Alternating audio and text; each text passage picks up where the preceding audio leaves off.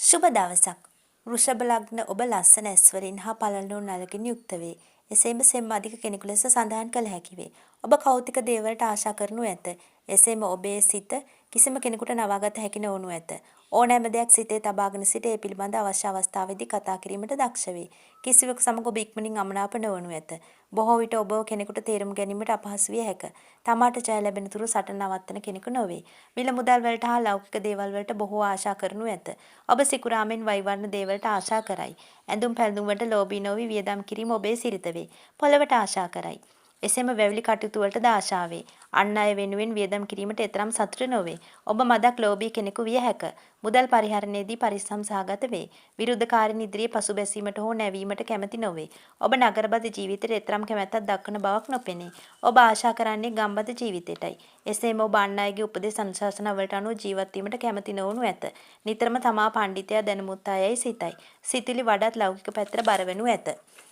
ඔබට සෙම් රෝග බහුල ලෙසට සෑදීමේ අවදානමක් පවතී. පපුවේ රෝග, බෙල්ලේ උගුරේ රෝග සෑදීමට ඉඩ තිබේ. එසේම සෙම් ගෙඩි, පීන, සැදුම, මලබද්ධය, ශරීරය අප්‍රාණික වීම ආදී රෝගාබාධ සෑදීමට ඉඩ තිබේ. මෙවන් ගති ස්වභාවයෙන් යුක්ත ඔබට 2025 මාර්තු 29 සිදුවෙන්නා වූ ශනි ග්‍රහ මාරුව කුමන තත්ත්වයක් උදා කරාවිදයි සලකා බලමු. ඔබට මෙම ග්‍රහ මාරුව ඉතා යහපත් වනු ඇත. ඔබගේ ආර්ථිකය ඉතා ශක්තිමත් වනු ඇත. රැකියාවක නිරත වන්නා වූ ඔබට පෙරදා කරදර පැවතිය නම් මෙම කරදර උදරස් වී යනු ඇත. ඔබේ ප්‍රධානියාට ඔබ නොමැතුව නොහැකි වනු ඇත. පඩි වැඩිවීම හෝ උසස් වීම ලබා ගැනීමට තිබුණේ නම් ඒවා ලැබෙනු ඇත. ඔබ සියලු දෙනාගේ ගෞරවයට පාත්‍ර වන චරිතයක් වනු ඇත. තමාගේම ව්‍යාපාරයක නිරත වන්නේ නම් ඉතාමත්ම සුබදායක වේ. විදේශිකයන් හා සම්බන්ධ ව්‍යාපාරවලටද සුබදායක වේ. ඔබ තරඟ විභාගයකට මුහුණ දීමට සිටියේ නම් නොරොදාම ජයග්‍රහණය ලබාගත හැකි වනු ඇත. එම නිසා අනලස්ව කටයුතු කරන්න. ඔබගේ සියලුම ජයග්‍රහණයන්ට අනලස් බව හේතු වනු ඇත. ඔබගේ වචනයට අන් අය ගරු කරනු ඇත. වෙනදා නොතිබුණු අන්දමේ පිළිගැනීමක් ඔබට ලැබෙනු ඇත. ආර්ථිකයේ ශක්තිමත් ඔබව තවත් ශක්තිමත් කරනු ඇත. ඔබගේ ප්‍රේම සම්බන්ධතා යහපත් ලෙස පවත්වා ගත හැකි වනු ඇත. එසේම විවාහක ඔබගේ විවාහ දිවිය තුළ යම් යම් ප්‍රශ්න ගැටලු තිබුණේ නම් ඒවාද බොහෝ ඉක්මනින් निराකරණය වනු ඇත. විවාහය අසාර්ථක වූ ඔබට නැවත විවාහයක් සිදුවීමට බොහෝ දුරට ඉඩ තිබේ.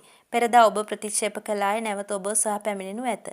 එසේම ඔබ මෙතෙක් අන්සතු නිවසක ජීවත් වූයේ නම් තමාගේම නිවසක ජීවත් වීමේ භාග්‍ය ලැබෙනු ඇත. ඔබ යමෙකුට ණය වී සිටියේ නම් ඉතා ඉක්මනින් එම ණය පියවා ගැනීමට හැකිවනු ඇත. එසේම මානසිකව හෝ ශාරීරිකව යම් කිසි ප්‍රශ්නයකින් පීඩා වින්දේ නම් එම සියලුම ප්‍රශ්න විසඳී යනු ඇත. ඔබට පාරම්පරික දේපලක් ලැබීමට නියමිතව තිබුණේ නම් ඒවා ලැබෙනු ඇත. එසේම ඔබ විදේශ රටකට යාමේ බලාපොරොත්තුවෙන් සිටියේ නම් එම බලාපොරොත්තු ඉටුවේ නැත. මා මේ ප්‍රකාශ කළේ පොදු පලාපල විස්තරයකි. ඔබට ගෙවන මහදස, අතුරුදස, විදසා වලට අනුව මෙම පලාපල විස්තර යම් පමණකට අඩු වැඩි විය හැක. මේ පිළිබඳ ඔබ දැනුවත් ඇතැයි මම සිතමි. කෙසේ වුවත් ඔබට බලපෑම් වූ යහපත් තත්ත්වය තවත් යහපත් කර ගැනීම සඳහා පහත ක්‍රම අනුගමනය කරන්න. විෂ්ණු දෙවියන්ට ස්වාභාවික මලින් සාදන ලද නිල් මල් මාලයක් පූජා කරන්න.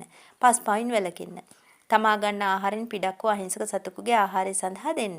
කූඩු කර ඇති සතුන් එයින් මුදවන්න. සබ්බ පාපස්සා කරණං කුසලස්ස උපසම්පදා සචිත්ත පරියෝදපණං ඒතම් බුද්ධානුශාසන යන ගාථා රත්නේ තුන්වර බැගින් සජ්ජායනා කරන්න. මා මේ ප්‍රකාශ කළ කරුණු ඔබට යම් පමණකට හෝ ප්‍රයෝජන තුවයි සිතෙන්නේ නම් ලයික් කරන්න, කමෙන්ට් කරන්න, සබ්ස්ක්‍රයිබ් කරන්න, ෂෙයා කරන්න. ඔබට බුදු සරණයි.